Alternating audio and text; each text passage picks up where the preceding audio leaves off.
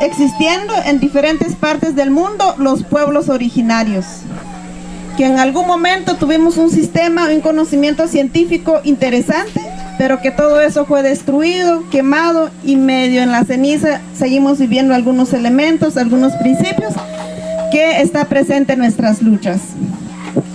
Bueno, continuando un poco lo que ya decía Sergio, para no seguir repitiendo, pues después de que se firma la paz en Guatemala, hay un tema que los pueblos indígenas nos empezó a preocupar, y es el tema de la tierra y territorio. Los acuerdos de paz no tocaban ese tema. No sé cómo es Colombia, no he leído los acuerdos que han firmado acá, pero el caso guatemalteco no se tocaba el tema. Al contrario, el acuerdo sobre la situación económica y situación agraria hablaba más la tierra como vía mercado, es decir, el que tiene pues puede comprar tierra, no tanto la recuperación de la tierra, mucho menos liberación de nuestras tierras y territorio. Esa preocupación nos llevó a los pueblos indígenas a repensar qué hacer, ¿verdad? Después de una gran guerra que también fuimos afectados, familias, comunidades enteras, como ya Sergio lo explicaba, nos llevó a reflexionarnos y nos llevó a hacer asambleas comunitarias, nos llevó a regresar a la memoria, a nuestra historia como pueblos indígenas. Eso fue lo que en un momento nos dio fuerza y nos dio convicción de decir, bueno, los acuerdos de paz no habla de la tierra de los pueblos indígenas, entonces nos toca. El Estado nunca va a decir aquí está. Los acuerdos no nos va a decir aquí está. Nos toca empezar a recuperar las tierras. En ese sentido, les voy a hablar de una experiencia muy específica, porque ya a lo general, ya las compañeras ya hablaron. Fue bastante complicado, porque en ese momento, que fue en 1996, que se firman los acuerdos de paz, aquel grupo, aquella comunidad que hiciera alguna manifestación o alguna recuperación de tierra, era como estar en contra de la paz, así de sencillo. ¿Qué quiere decir eso? Que teníamos de enemigo el Estado y teníamos de enemigo la URNG, es decir, la guerrilla, las cabecillas, no digo la guerrilla de base, porque al final también la guerrilla de base eran compañeros indígenas, ¿verdad? Entonces nos convertíamos en enemigos, pero dijimos nosotros, no estamos en contra de la paz, al contrario, pero la paz no se puede construir encima de la pobreza, encima de muertos, encima de violencia, mucho menos olvidarnos de la memoria. En ese sentido, las comunidades indígenas empezamos un proceso de recuperación de tierra, que es más en el área, que ahorita quería volver al mapa que tenía ahí Sergio, es más en el área norte del país, donde están las comunidades quechí, ¿verdad? De maya quechí. Los que conocen Guatemala, pues es Alta, Baja Verapaz, Petén y Izabal. ¿Cuál era la gran pregunta entre la comunidad? La pregunta era de quién eran estas tierras. ¿Qué era lo que había en estas tierras antes de convertirse en fincas cafetaleras? O antes de convertirse en fincas de caña. Y allí quienes participaron fuertemente fueron las abuelas y los abuelos. Porque ellas decían, bueno, aquí no había café antes. Lo que habían era árboles frutales. Incluso habían comunidades que se llamaba el zapote. Decían, no, aquí era puro zapote. Habían comunidades que se llamaban el naranjo. Es que aquí había mucha naranja. Es decir, los nombres de las comunidades tenían que ver con las frutas que se producía allí antes de convertirse en una tierra de megacultivos, ¿verdad? Entonces, esa memoria fue alimentando bastante, sobre todo a jóvenes, a niños en ese tiempo, en 1996 para acá. Para empezar, bueno, quiero decirles que ese proceso no fue fácil, no fue de la noche a la mañana. Nos llevó mínimo 6 meses de reuniones y reuniones, asambleas tras asambleas. Entonces empezaron a recuperar fincas que quedan por aquí, miren, esta área verde que ven ustedes para acá. Ahí pues empezaron a hacer las ocupaciones. ¿Cómo las hacíamos? En cada hacienda que le llaman ustedes aquí, nosotros le llamamos más fincas, en cada uno siempre hay una casa patronal, desde luego una casa patronal muy hermosa, podríamos decir, ¿verdad? Porque el material de la cual está hecho esas casas son la madera preciosa de esas regiones, ¿verdad? Y hecha incluso por las mismas comunidades. En cada una de esas casas siempre hay un administrador. El finquero solo llega a pasar sus días de vacaciones, vive en otros países o vive en la ciudad. Entonces el mayor diálogo o enfrentamiento, lo que sea, es con el administrador. Entonces las comunidades de forma coordinada pensaron, bueno, vamos a rescatar, y aquí con quien tenemos que hablar es con el administrador. Todo lo que hacía la gente es lo siguiente. Por ejemplo, si esta comunidad hoy decide ocupar el día de mañana, por decirles algo, ¿no? Van a decir, vamos a ocupar o vamos a liberar, dicen ustedes, la madre tierra. Entonces ocupan toda la finca, pero se suman todas las comunidades. Aproximadamente, no estoy hablando de todo el pueblo indígena, ¿verdad? Estoy hablando de 150 comunidades. Se suman todos y venimos todos y ocupan la finca. Pero en ese momento, cuando se llega a lo que se le dice al administrador, mire señor, ¿usted quiere quedarse aquí? Quédese. Y si no, se puede ir. Solamente una condición: déjenos la llave de la casa patronal. Y entonces la mayoría de administradores lo que hacía era, bueno, lo dejo y me voy. Muy pocos quisieron quedarse. Y así consecutivamente se hacía con otras comunidades. Se ocupaba, se dejaba instalada cada una de las comunidades, y así se fue generando lo que le llamaron las olas de las ocupaciones del 2000. O sea, no es tan lejano, ¿verdad?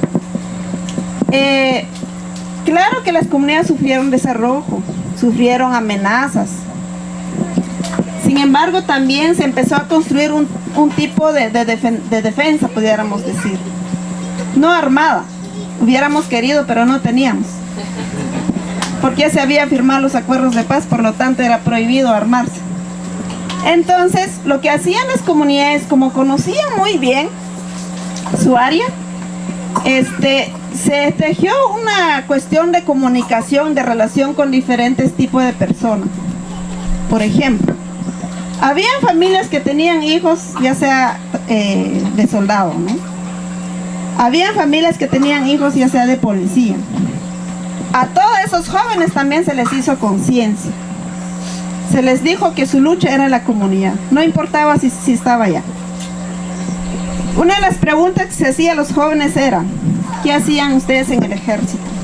Y a veces nos contaban un poco su experiencia. Igual la policía.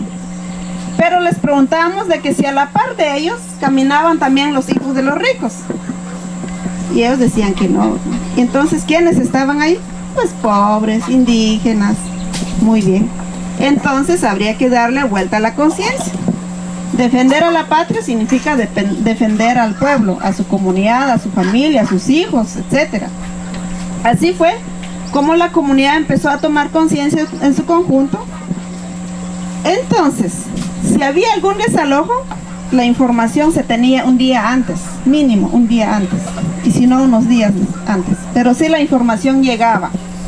Por decirles algo, si hoy nos dicen, miren, aquí va a haber desalojo mañana, la gente se organizaba inmediatamente, y como ya sabíamos por dónde entraban, ya sea el ejército, la policía, conocíamos la carretera, toda la gente lo que hacía primero era botar árboles. Botaba árboles en las carreteras. Eso no les permitía que la policía entrara inmediatamente. Tardaban mucho más, o la gente le daba tiempo, ya sea refugiarse a la montaña o buscar otras estrategias de defensa. La policía no llegaba, no lograba llegar porque tenía que ver cómo sacar los árboles y pasaba el día. Segundo desalojo. Llega la información, otra vez desalojo. La gente dice, ya no vamos a usar árboles. Obvio que ya no, ¿verdad? Ahora vamos a usar piedras. Entonces buscaban una parte de la carretera donde hubiera montañitas y desde ahí botaban grandes piedras. Y cuando llegaban camiones de policía y ejército, nos dimos cuenta que adentro los finqueros les habían comprado motosierras, porque pensaban que si botaban otra vez árboles los campesinos, pues con motosierras sacaban. Y resulta que no era, y habían piedra, y ahí ya no podían hacer nada, pues los desalojos no se daban. Un tercer desalojo. Un tercer desalojo. Decía la gente, obvio que ya saben si es piedra, ya vienen preparados para eso. Esta vez no, vamos a tener zanja alrededor de la comunidad. Así es que si entran, pues por ahí se van a quedar. Y de hecho así pasó. La cosa es que este ejemplo, al final la comunidad se quedó con la tierra. Ahorita, si pudiéramos en algún momento compartir, ya sea por video o alguien viaje por allá, ahorita la comunidad ya no está así como se mira ahorita. Cuando se ocupó se miraba así. Ahorita ya no, la gente ya tiene su casa, tiene su instituto, su escuela, todo como que fuera un pueblo donde pasamos por allá cerca. Es decir, el Estado jamás hubiera sido, ni hubiera dado todas esas necesidades que tenía la gente, si no es que la propia gente se organizó para eso. Claro, nos falta mucho. Les estoy hablando de ejemplos muy concretos y el proceso aún continúa. Porque resulta que, como ya vieron ustedes el panorama, que las empresas transnacionales y nacionales están entrando. Están entrando y la resistencia sigue. Hay una cuestión que pienso que ustedes es bueno que conozcan.